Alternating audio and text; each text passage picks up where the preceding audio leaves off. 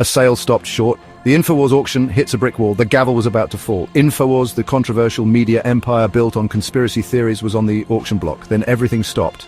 U.S. bankruptcy judge Christopher Lopez slammed the brakes on the sale, sending shockwaves through the media landscape. The reason? A criminal investigation. This wasn't just another business deal gone wrong. This was about more than money. This was about control, about truth, about the future of Infowars. The air crackled with tension as the judge announced his decision. The courtroom, packed with lawyers, journalists, and curious onlookers, went silent. The weight of the situation was palpable. This wasn't a simple postponement. This was a full-blown investigation into potential wrongdoing. At the heart of the controversy was the auction process itself. Judge Lopez expressed deep concerns about the lack of transparency. The sealed bid system, typically used to ensure fairness, had instead become a breeding ground for suspicion. The stakes were incredibly high. The future of Infowars, a platform known for its incendiary rhetoric and devoted following, hung in the balance.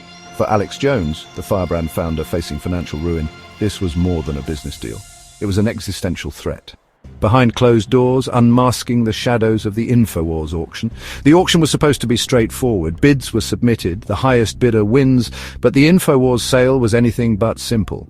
Judge Lopez, known for his sharp legal mind and unwavering commitment to justice, smelled a rat.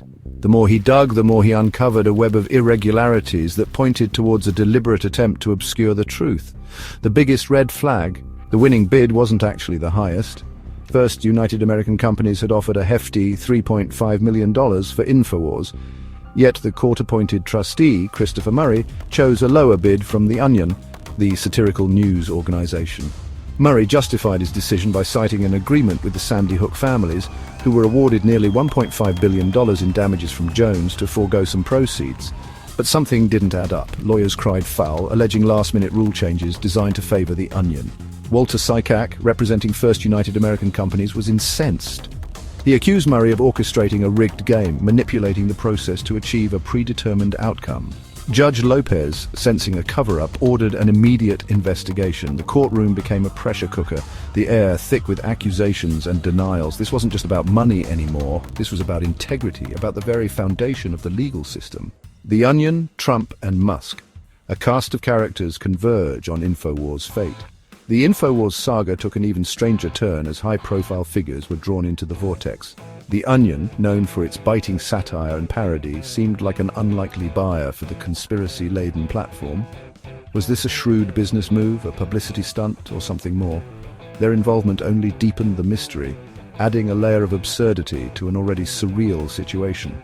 Meanwhile, Alex Jones, far from fading into obscurity, was using the controversy to fuel his own narrative. Broadcasting from his remaining platforms on X and Rumble, he railed against the deep state and claimed that powerful forces were trying to silence him. He even dropped names, mentioning Donald Trump and Elon Musk as potential allies in his fight against the establishment. Trump, never one to shy away from a conspiracy theory, expressed interest in the case, hinting at potential collusion and foul play. Musk, the enigmatic CEO of X, remained characteristically cryptic, his silence speaking volumes. The involvement of these powerful figures, each with their own agendas and motivations, added fuel to the fire, turning a legal battle into a media circus. The lines between reality and parody were blurring. Was this a carefully orchestrated plan or a series of bizarre coincidences? As the drama unfolded, one thing was clear: the fate of Infowars had become a proxy war for something much bigger. Silencing the loudspeaker. Is this the end of Alex Jones and Infowars? The question on everyone's mind was simple yet profound. Was this the end of Alex Jones and Infowars? The halted sale, the criminal investigation, the involvement of powerful figures, it all pointed towards a concerted effort to dismantle the controversial platform. Some argued it was about justice, about holding Jones accountable for the harm he had caused with his lies and misinformation. Others saw it as a dangerous precedent, a slippery slope towards censorship and the silencing of dissenting voices. Lawyer Viva Frei, known for her staunch defense of free speech, suggested that the motive behind the Infowars saga ran deeper than financial compensation. This wasn't just about money, she argued, but about control over the narrative. By silencing Jones, they aimed to silence a particular worldview, a perspective that challenged the mainstream narrative, however flawed or dangerous it might be.